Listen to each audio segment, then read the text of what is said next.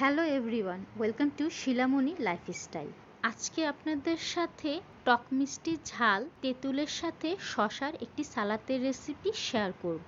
এই সালাদ দিয়ে চাপ ও কাবাব খেতে অনেক ভালো লাগে। পুরান ঢাকার বিসমিল্লাহ কাবাব ঘরে চিকেন চাপের সাথে যে এক ধরনের তেঁতুল ও শশার সালাদ দিয়ে থাকে, এটি হচ্ছে সেই রেসিপি। এই সালাদটির মধ্যে পাতলা ঝোল থাকে। এই ঝোল দিয়ে পরোটা বা লুচি ভিজিয়ে খেতে ভালো লাগে।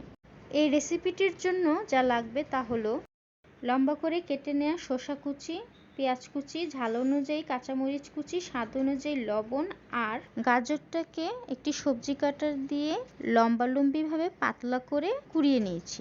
এই সালাদের জন্য তেঁতুলের কাঠ প্রয়োজন হয়, সাথে হচ্ছে চিনি, লবণ আরও অন্যান্য ইনগ্রেডিয়েন্টসের প্রয়োজন হয়।